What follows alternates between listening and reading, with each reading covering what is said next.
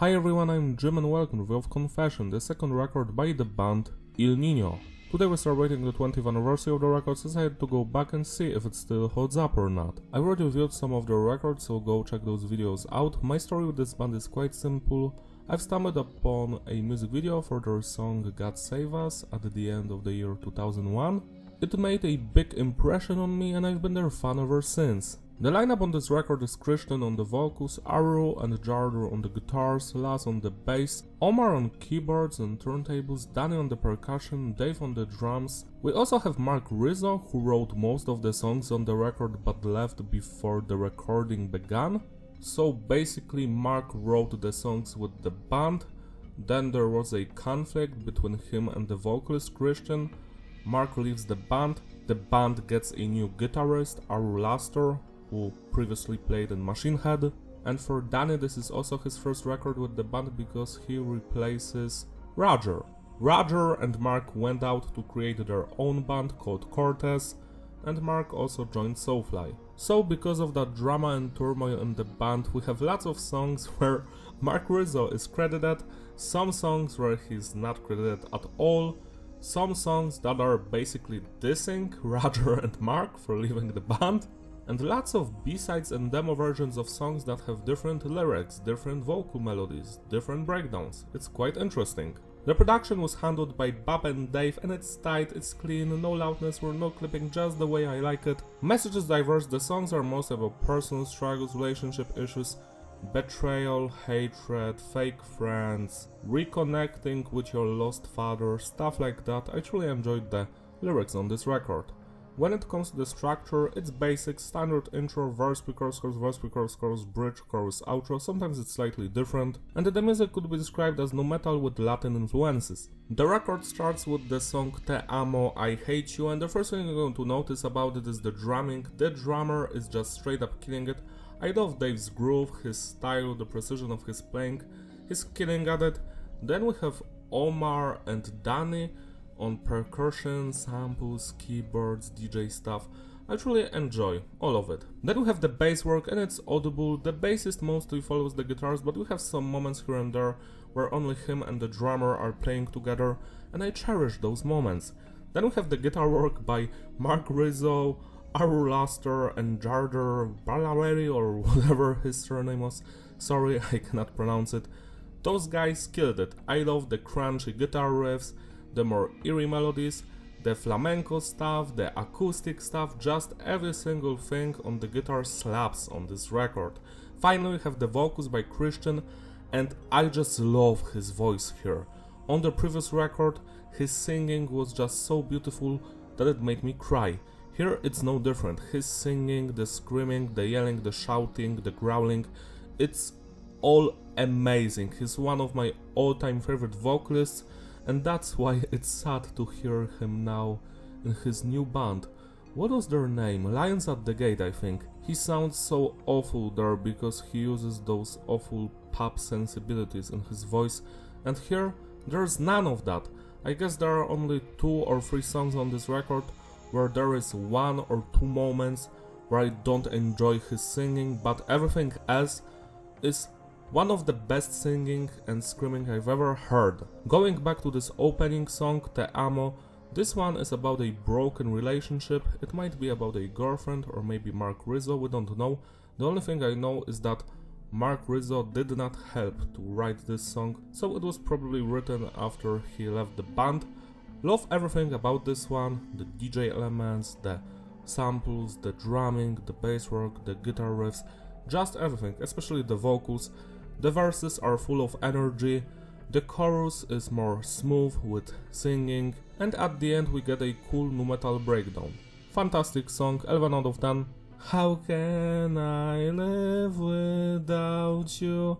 This is the second song on the record, How Can I Live.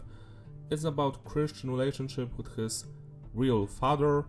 I love the vocals here, the emotions in his voice. This song is so beautiful and sad at the same time. Love every single second of it. It was also featured in the Freddy vs. Jason movie, which I enjoy. It has a nu metal soundtrack, go watch that movie and listen to the soundtrack because it's great. This is a classic song. There is also a Spanish version of this track, and I also enjoy it very much, even if I don't understand anything, so 10 out of 10 to both of those versions. Also a fun fact for you guys, because Mark Rizzo wrote How Can I Live, so even after he was left out of the band, they would have to still pay him money for playing his song, you know? Then we have a track called Tu Vaya Con Dios. This is a diss track against Roger and Mark Rizzo, because Christian hated them at the time. Basically Christian says stuff like, I thought that we were friends, I was wrong. It's a sad song, but I do enjoy the guitar riffs, the screaming, the singing, the shouting, the drumming, just everything. I think this is the song where we have Mike Dowling, sorry for mispronouncing your surname. That's the guitarist of Snuts, so he's playing on this song.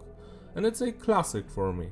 11 out of 10. Unframed is a song about Christian's real father, how he found out that his mother was lying to him, and his stepdad wasn't actually his real dad. It's a sad song yet again, but I do love the vocal performance. It's so full of passion and there are so many emotions in Christian's voice. This is when you feel that the song is real, because the vocalist feels everything that he's singing about. Beautiful stuff. The instrumental work is also flawless.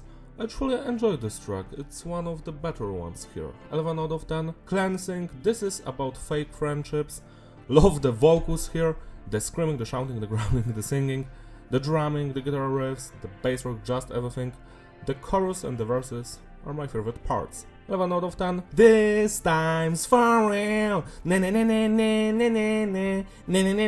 Sorry, so this is one of the singles with a music video. I love this song, it's a classic, love the vocals, the instrumental work, it's all great.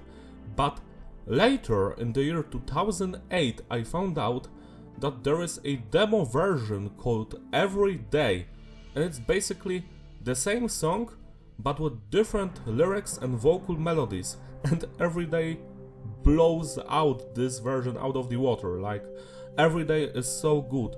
I love the chorus there so much, the verses have better flow. I actually have no idea why they've decided to change all of that into This Time's For Real. Like, the instrumental is the same, just the vocals are completely different. So if you've never heard about Every Day, go check it out. Every Day is 11 out of 10, and This Time's For Real is 10 out of 10. Lifeless, life, life, life, lifeless, life, lifeless, life, lifeless, life. When the well's gone dry. Something like that. This is another banger. As usual, Mark Rizzo had to write this one, same as the previous song. And I must say that the instrumental work is flawless yet again. The song is full of energy, it also has beautiful melodic moments. Love it, this one is angry, it's straight to the point, the verses slap, same as the chorus and the bridge part. 11 out of 10. Nump is another song written with Mark Rizzo, and this one sounds like a sequel to With You from the previous record. It has those acoustic flamenco vibes. I love the instrumental work, it's very interesting, it's fun to listen to. The vocals are just great, like, they aren't as good as they were on every previous song. I just feel like this song is great and nothing more. Like, compared to everything before it, this is nothing special. But when you compare it to like new Ill Niño stuff, then it's a banger, 8 out of 10. Have You Ever Felt is the 5th track apparently without Mark Rizzo, after Te Amo, 2, Unframed and Cleansing. This one features Max of 40 Below Summer on the vocals, because 40 Below Summer was recording their record at the same time as Ill Niño, so you will actually hear Christian on the song F Everything on 40 Below Summer record from 2003. I don't remember its title, I think it was The Morning After. This track has amazing vocal performance, both of those vocalists are straight up killing it here, but the music is so barren and it's like a wasteland. Like, this band without Mark Rizzo seems like they've been lost, only the vocals are keeping it together. If this was an instrumental piece, you would forget about it. But yeah, because of the soulful vocals, it's actually a great track. 8 out of 10. When It Cuts, another song written with Mark. I love the chorus here. When it cuts, and then when it cuts, just so fun. It's like a bipolar episode. So love the chorus, the verses, the bridge, just everything. This is a classic track. 11 out of 10. Letting Go. Now this one is actually an anomaly on this record because the music is beautiful. The guitar riffs, the bass, the drumming, it all slaps, which is actually a surprise because this is the last song written without Mark Rizzo. And then we have the vocals, and they are great, but I don't enjoy one of the moments here. I think it was the pre-chorus that I didn't enjoy, and that basically made this song just 9 out of 10. Then we have All the Right Words, another track with Mark, and I love the guitar riffs here. Actually, the whole instrumental work slaps. Love the atmosphere of this song. The vocals yet again disappoint me for the last time on this record. Like, there is that moment, like, my favorite part in this song is like the pre-chorus where he sings something along the lines of all the way, something like that. That's the best part. And after it, we have another pre-chorus or something like that, and it's not that good. And then the chorus is just like, yeah, fine. Everything else slaps vocally, but just those two parts are like, meh. Everything else, beautiful. So this is a great song, I just wish the vocal performance was better. 9 out of 10. Rebirth is the final song on the standard edition. It features Mark, and I love its energy. It's heavy, it's straight to the point.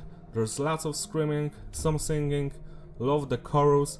This is a perfect track, nothing else, nothing more. 10 out of 10. And now we have 4 bonus tracks, which are actually 6 bonus tracks. Let me explain, because this is hard to explain, you have to focus. For some reason we have 2 special editions of Confession, the French one and the iTunes one. The first B-side, I'll Find a Way. It's also called Clear, and apparently Clear is the demo title. But if you listen to the special edition, that song, Clear, is not Clear. It's I'll Find a Way, the finished song. So the finished track is called Clear, while the demo version is called I'll Find a Way, but it should be the other way around. So it's just very confusing. The song I Will Find a Way is also on the soundtrack on some movie like The Mist or something like that from 2005. And there, the final version is just called I'll Find the Way. Like, I'll Find the Way. So I have no idea how to rate both of those versions because they are slightly different. Like, the final version has more fleshed out production and slightly worse vocal performance in the bridge, while the demo version just is better vocally and musically. So I will just call the demo version I Will Find a Way, and that final version that you can find on the special edition, I will call it Clear.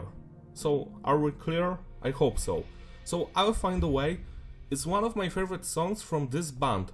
I love the emotional vocals, the lyrics, the message behind this song.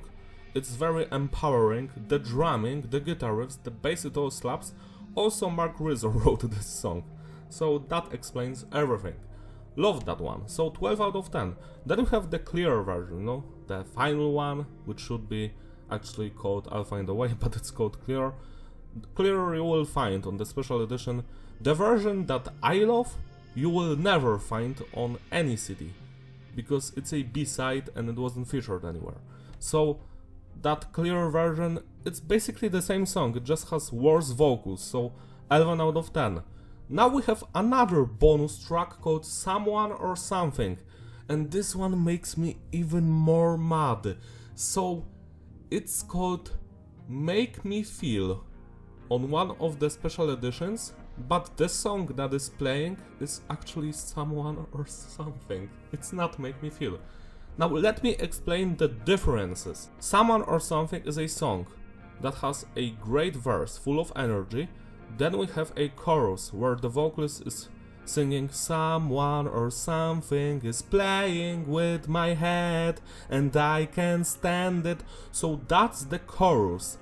And Make Me Feel is the same song, but it has a completely different chorus, completely different music behind the chorus, and the vocalist is singing "You can make me feel," something like that. And that's not the only difference. Then we go on to the bridge part. In Someone or Something, the bridge is copied from another B-side called About Them, and Make Me Feel has a completely different bridge. It's mellow, it's soothing, and it has different lyrics.